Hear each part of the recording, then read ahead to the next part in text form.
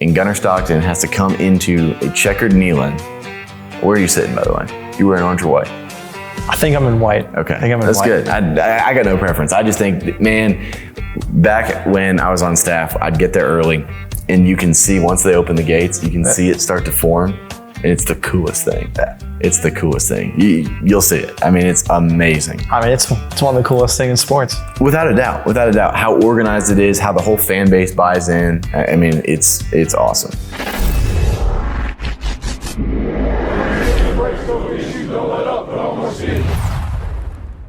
Week 2 of college football is behind us, and the Vols are 2-0. Joey Aguilar, Chris Brazzell, and many others led the Vols to score the most points in a game in the modern era. While Heupel and company likely viewed this one as a gimme, the AP poll sure didn't. The Vols are up to 15th in the country, up 7 spots from this time last week. In other news, Oklahoma picked up a signature win over Blue Blood Michigan. So did Mississippi State over a ranked Arizona State at home. Oregon paid their way to a blowout win. Iowa State won the battle for Iowa. And Florida, well, their season just got a whole lot harder. That was last week. This is this week. I'm Thomas Wharton. This is More Steam. And today I am joined with another co-host. Like I told you in the first episode, this is going to be a new season. We're going to have a lot of guests join me. And today is Nico Scalzi. Nico, welcome. How's it going? Hey, listen, it's better now that you're here. This is More Steam. Nico, introduce yourself. Introduce yourself to the audience. What's going on? Nico Scalzi from Boston. I did not go to California. Still living in Knoxville. So. You are wearing blue, though. I know. You know, for day one on the pod. Nico, not your first time on the channel. Did covered for me in Vol Club Recap 1 week. Thanks for that. Of course. I always need someone cover me when I'm slacking. But you wore blue today, and that's fine because I'm a big Pat Summitt guy. Everyone here is, of course.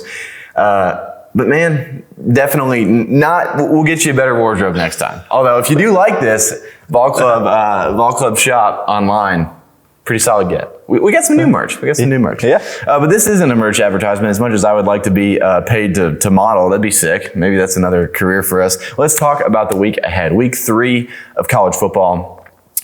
Definitely a bit better slate on the table, I would say. I mean, if you look at last week, Oklahoma, Michigan is the only ranked game. We had some great games. One of them, USF, Florida. How about that?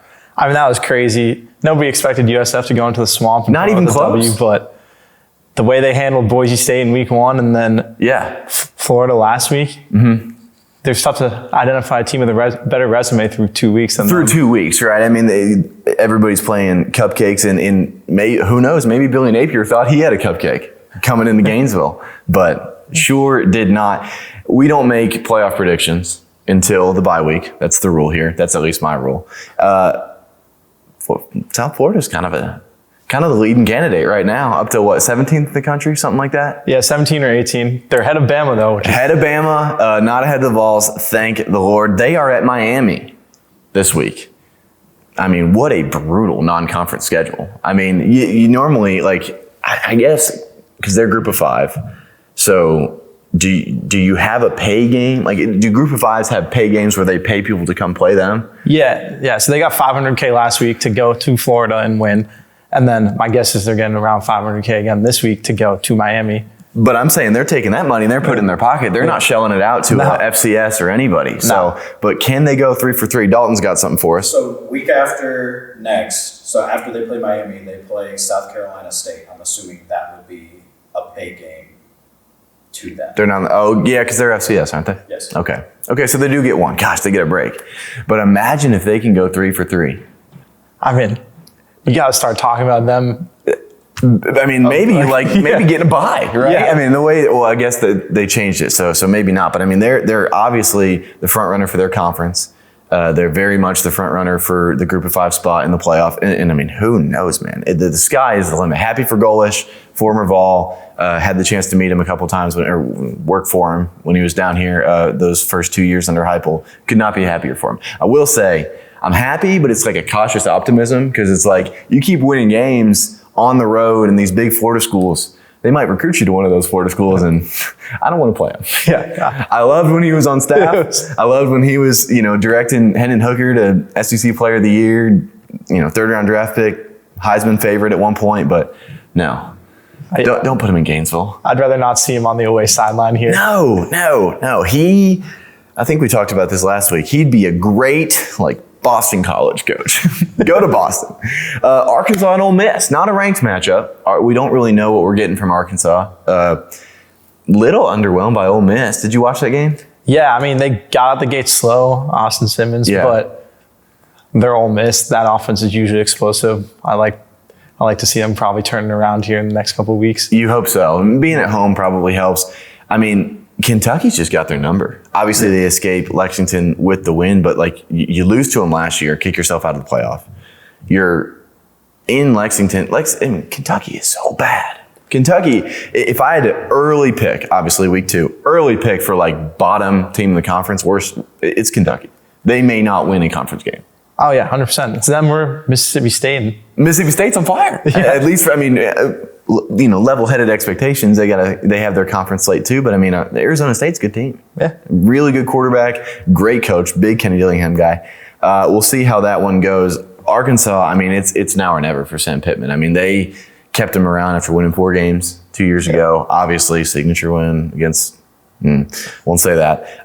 And we'll see. We'll see how this goes. Florida at LSU, potentially a game day spot. If we were having this conversation 6 days ago, not anymore. Game day's coming to Knoxville. More on that later. But Florida at LSU, thoughts? I think LSU probably rolls. Okay. Both teams have been struggling. That loss last week for Florida was deflating, even though LSU didn't look great. Mm-hmm. You can write, if you're Billy Napier, they have 10 games remaining. 8 of them are ranked. And they're not just ranked, they're the best teams in the country. They're the best teams in the country. A lot of them are on the road, right? You're not, you look up, coaches are all the time we hear it, 1-0, one game at a time, one practice at a time, whatever. But if you're a Florida fan, if you're a Florida player, Florida coach, you have to look up and be we got to figure something out. We got to stay healthy. We have to win. Is LSU a must-win game for that? I don't know, because people, myself included, were pretty high on Florida coming into the year in terms of what they could be. Dalton's saying he was too. Yeah, how could you not be after how they finished last year? Finished super strong. Brought back a true freshman quarterback. Who's a stud. Who's a potential star. What was not to like about them? And then you drop this one. They had a lot of losses that you could mark on that schedule. USF was not one, but here we go. Potential must win for Florida in Death Valley. A&M at Notre Dame, rematch from last year. Yeah, for me, that's a must win for Notre Dame. 100%. Their schedule is not strong enough to build their way back. Mm-hmm. They probably get in if they go 10-2 because they're Notre Dame, but it's a must win for them, and I think A&M's going to be ready. And I think you look across college football, I feel there's going to be a lot of parity. Last year we didn't have a 9-3 team make it. I feel we have a good chance of seeing one, just how conference battles play out. But Notre Dame can't go 9-3 and get in. No shot. That's the price they pay for being able to create their own schedule out of thin air. Yeah, I think the 9-3 team you'll see make it this year is if a 9-2 team makes their conference championship and loses. 10-2, you mean? 10-2. Yeah. A 3 losses. Gotcha. Yeah, 100%. 100%. I could see that happening. Little bit under the radar, but still a conference matchup nonetheless. One of them is ranked is Vandy at South Carolina. Thoughts? South Carolina's another team, super high expectations after finishing last year, bringing back Sellers, and they've come out flatter than expected. Really flat. And Vandy, while they didn't start the game great last week, they rattled off, 4 or 5 straight touchdowns? They won by 24. Yeah. 24 points. 34 unanswered. 34 unanswered? Yeah. Unreal, man. Yeah, I looked at that game at halftime, and my mom's a Virginia Tech alum, so not saying I'm a fan by any means, but root for Brent Pry, old Penn State guy. Kyron Drones has a good story to him. We'll see. Obviously, I'm never going to root for Vandy. Can't catch me doing that. And I'm 44-20? Yeah. What happened? But yeah, Diego Pavia's got them going. We'll see. Pavia and Sellers, what a matchup. Yeah.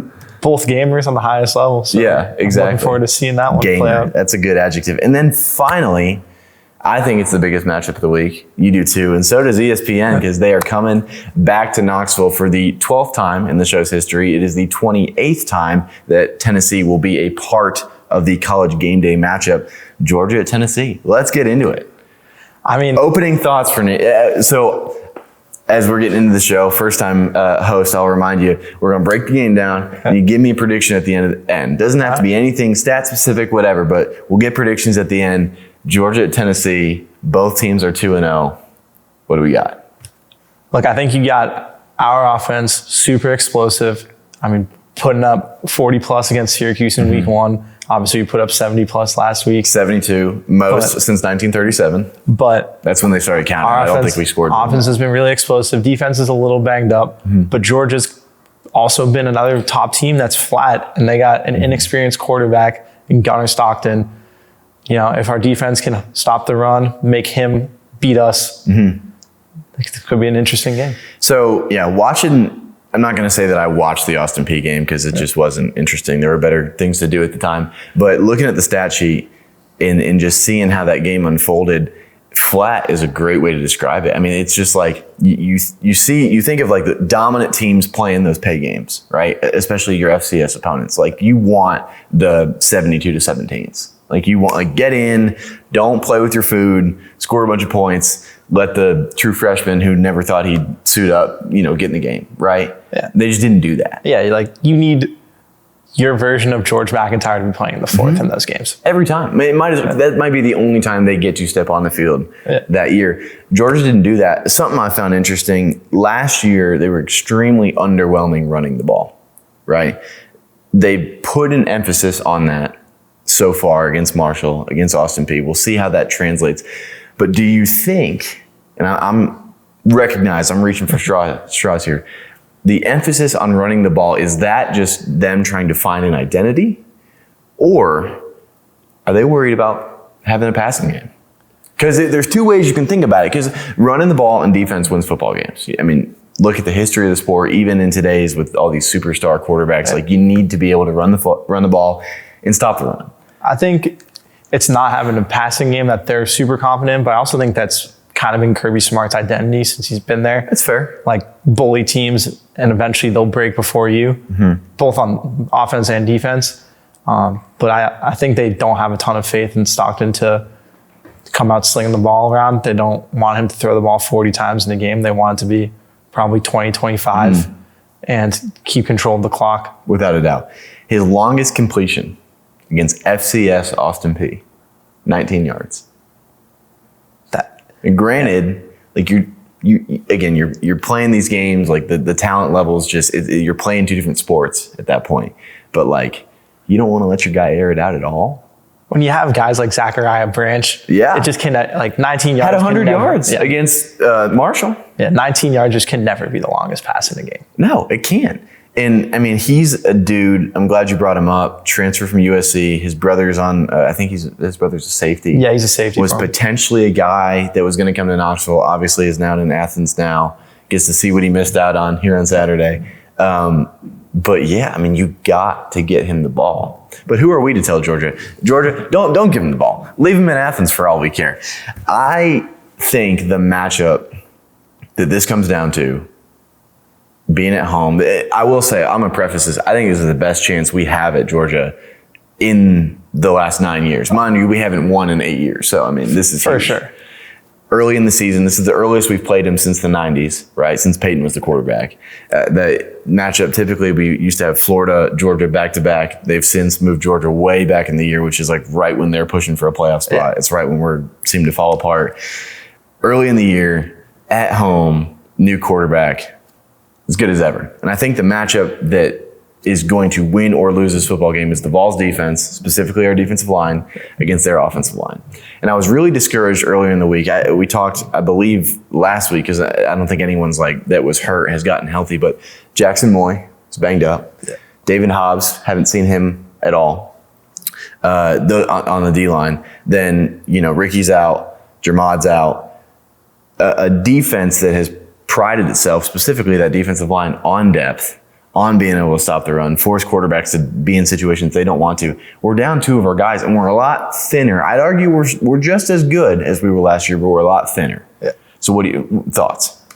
I think this is when you prove not only to yourself, but to everybody else what you've been saying. Like, your depth, you're built on defense, and it's time for the young guys to step up. It might be earlier than they expected, but you never know when your number's going to get called, and it's getting called real early. Oh, yeah. I mean, you got Charles House, and you still have veterans, Bryson Eason, Don Bailey. I saw that was the starting lineup we rolled out on Saturday. Those two guys can man the middle just about as good as anybody. I mean, there's a reason. I think Don Bailey's in his 6th year. Bryson Eason's in his 5th. They're studs.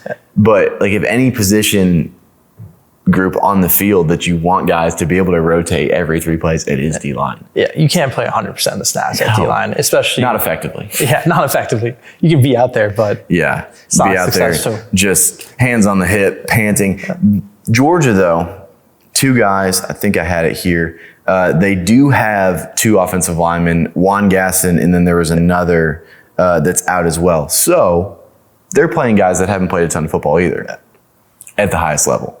So do those injuries mitigate themselves? Is there a clear edge missing those guys versus missing our guys? We'll see. But I think if Georgia can't run the ball at the level that they want to, and Gunnar Stockton has to come into a checkered NEYLAND.